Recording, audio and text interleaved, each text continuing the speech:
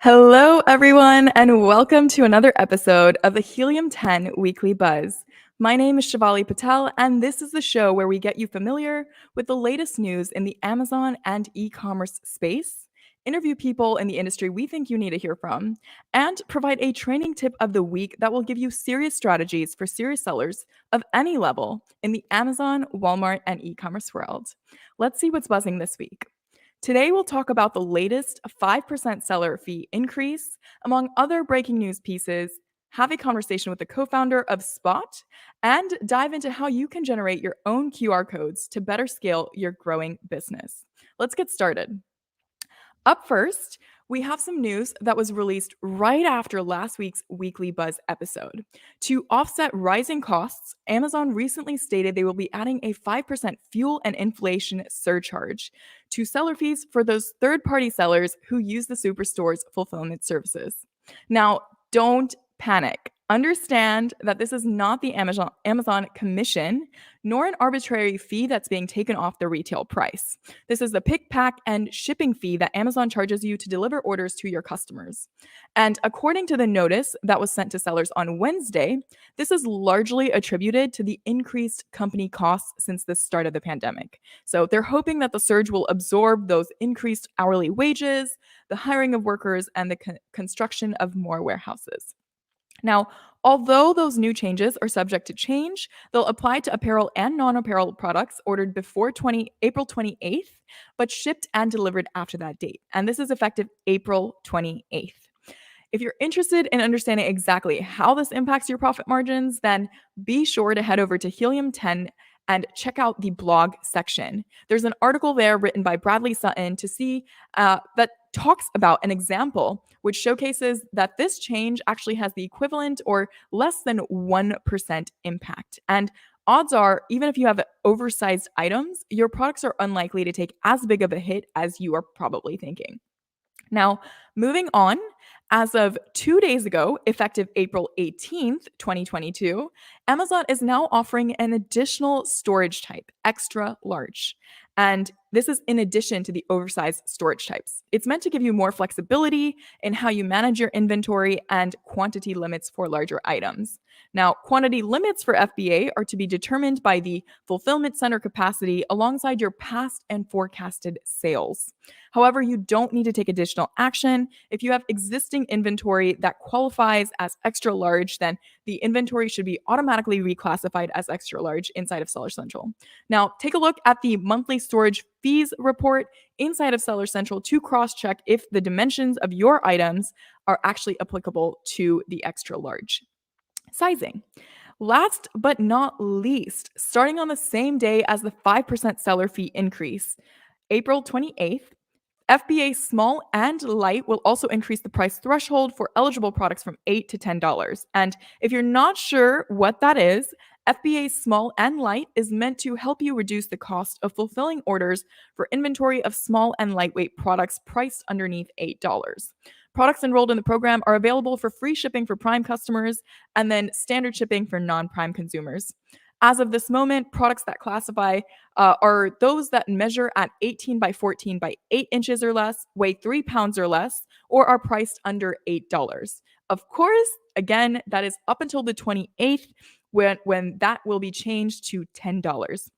This is amazing news because sell more at reduced fulfillment costs on qualifying items. Now, that is all the breaking news that we have for you today.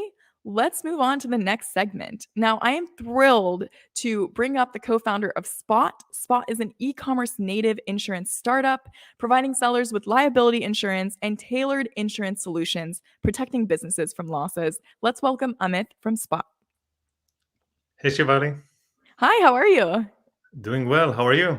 Good. Great. So great to have you on board. Thank you so much for being here. Thank you. Now, I've got some questions for you naturally. So let's begin with asking the first one, which is why is product liability insurance essential? It's essential because things can and sometimes they do go wrong. And when that happens, especially if you're a private label and you manufacture your own products, you want to make sure that you're covered. You want to make sure that there is no claim that can take you out of business. Yeah. And in order to do that, you need liability insurance, and you need it to cover everything that you sell and to do it properly. Right. And who would you say needs product liability insurance? Well, I would say if you sell online, you need it, especially if you sell on Amazon. On September last year, Amazon mandated all sellers to have liability insurance in place because customers started claiming against Amazon. They bought an item on Amazon.com and they say, okay, Amazon, you're liable. And Amazon, as usual, say, okay, if you're selling on my platform, you should be liable as well as a seller. So they mandated all sellers that sell above $10,000 a month to have liability insurance in place and uploaded into Seller Central. They started enforcing it, started sending threatening emails. So far, we didn't see a lot of stores being shut down by that. But as you know, you don't want to be caught when Amazon decides that, okay, now you need to have it in place. Otherwise, yeah. So Of course. if you sell on Amazon, you definitely need liability insurance in place. Yeah, and it's good to be proactive about that stuff for sure. So, how can online sellers then get product liability insurance? You can get product liability insurance from multiple carriers. All the good carriers sell liability insurance. But when you buy liability insurance, you want to make sure that you do it through someone who knows the e-commerce, someone who knows Amazon, who knows all the requirements and can represent you in the best manner possible to the carriers or for the carriers or with the carriers, because you do want to make sure that what you have in place is right for you. And this is what we do at Spott. You can find us at spott.co or at spottme.com. We are completely focused on e-commerce businesses, finding solutions for them. Wonderful. And we'll try to link those links in our product description as well, in our YouTube description. Well, thank you so much. It's been a pleasure to have you on, and your knowledge and expertise is so very appreciated. Thank you. All right, with that, let me pass it forward to Lem Turner to talk to you guys a little bit about how to create QR codes inside of portals. Hi everyone, my name is Lem Turner. I'm a brand evangelist here at Helium 10, and in this video we're going to be getting into how can we utilize QR codes for our business. So let's get started.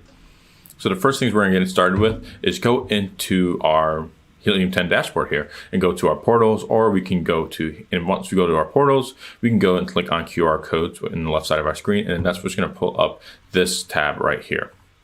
From here, we're going to go ahead and click on new QR code. We have all sorts of different QR codes that are already been established right here, and we have our different categories of if they're using portal link, a tracked URL, untracked URL, and we'll get into what those mean in just a little bit.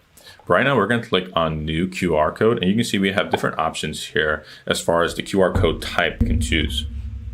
So we can see that we have portal link, which is a link to an active portal web page. We have tracked URL, which is a link to any URL that can be tracked in terms of location and where it's getting tracked, and also when and what day it got tracked or when it was scanned. And then we also have our untracked URL, which is just going to be linked to any URL that you provide, but it won't be tracked and won't provide you with any statistics that we typically do for our consumers.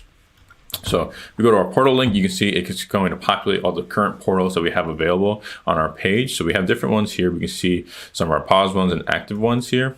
If we want to do a tracked URL, we have our different gems here within our tracked URL page. We can do custom URL, which is going to be a redirect link for any custom non-Amazon related URLs. Then we have our canonical URL, which is just a search engine friendly Amazon URL where it has keywords integrated into the actual URL when you're looking at it on Amazon listing. So we can include those as well. We have our add to cart, which is going to send traffic directly to our add to cart page on Amazon, which can be a tactic that you can utilize to increase the organic rank of your products. Then we have targeted ASIN search, which is just going to make sure that you're looking from a specific list of ASINs, or we can do a buy together that combines two or more products. That way you can kind of get yourself in association with certain products. And we even have it for Walmart using a two-step via brand by making sure that we're looking at the specific brand and keyword via Walmart. We have an untracked URL, which you can just go ahead and like type in a random URL, whatever you want to track. But in this case, for this example, we're going to get into our portals tab right here. So we're going to click on, let's just click on this one. We're going to select this portals URL, and we're going to click on save and continue. Then we come to our configuration step where we can utilize custom domains, either going through Helium 10's domain of helium10.us, or if we have a different one that we've uploaded, like in this case, we have coffinshelves.com, so we can do that as well. So we're going to put QR code example. And I'm just going to name this as well, example. We have integration that we can populate into here. We have another video that kind of gets into how you get these Facebook pixels or Google Analytic tracking numbers. So be sure to check out some of our other videos that go into the more advanced steps of landing pages and portals and that.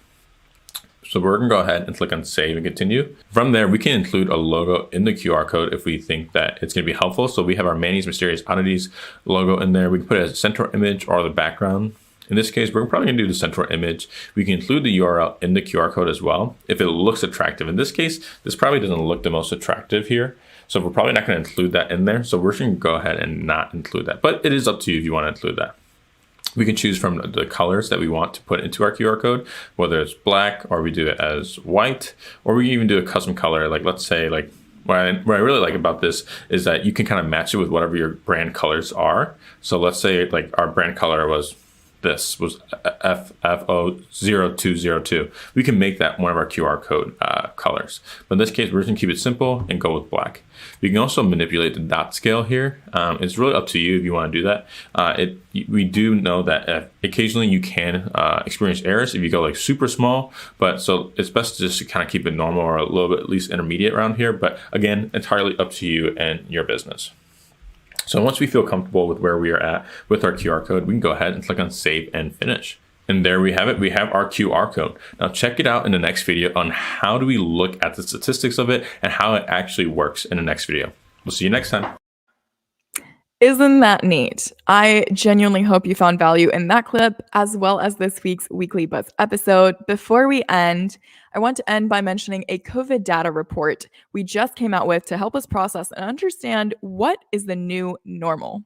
With COVID-19, a lot has changed over the last couple of years, and we wanted to use Helium 10's Power Pack data to shed some light not only on product trends and uncover hidden consumer purchasing habits, but also to chart the course of COVID-19 through the eyes of the Amazon search bar. So be sure to head over to helium10.com/data report to gain a better understanding of how isolation and social media led to a shift in our purchasing priorities, as well as which behaviors are here to stay.